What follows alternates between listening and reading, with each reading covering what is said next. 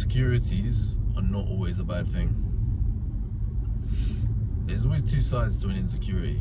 I know one of mine is that I'm a people pleaser. I always have been. You know, I've looked for validation from people. Maybe I haven't been confident in myself enough in my life. And this is something I've carried through my childhood. Maybe it was from always wanting to fit in as a kid. You know, we don't know. Like, there's so many factors behind it. And I sometimes get, not annoyed, but I feel like, oh, you know, this is sometimes I feel like I do certain things in life to look for validation from other people.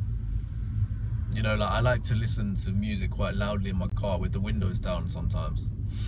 And that could be just a form of self-expression, or it could be something deeper. It could be that, you know, I like people to see my car, and you know, I want people to see that, you know, I'm listening to music, and you know, maybe I'm trying to look like the cool guy. Maybe it's that, or maybe it's not even that deep. Maybe it's just that I enjoy it, and it's just personal self-expression. Maybe it's just that. So that could be one bad side to it. Another bad side could be that, you know, instead of putting my foot down, sometimes I let people get away with stuff because I want people to be nice. I want people to respect me, but they'd actually respect you more if you put your foot down. So that's another negative. But what's the positives of being a people pleaser? Because there's a lot. Some of the positives of being a people pleaser is that, you know, I've always gone to the gym. I've always tried to take care of my body because it's not just about me, it's about how I look to other people. Or another one is, I've always wore fragrance. I've always liked to smell good. Do I like to smell good because I want to smell myself? Yeah, that's a factor. But it's also that I want other people to smell me and go, you know, he smells nice. That's being a people pleaser, surely. You know, what about, you know, just not getting a trim or dressing trampy, just not making any sort of effort with my look? Well, technically I'm people pleasing there because I want to make a good impression on people. So there's two sides to every coin. Don't always think that, you know, I'm this is who I am and that it's a bad thing. No, sometimes that can be a good thing.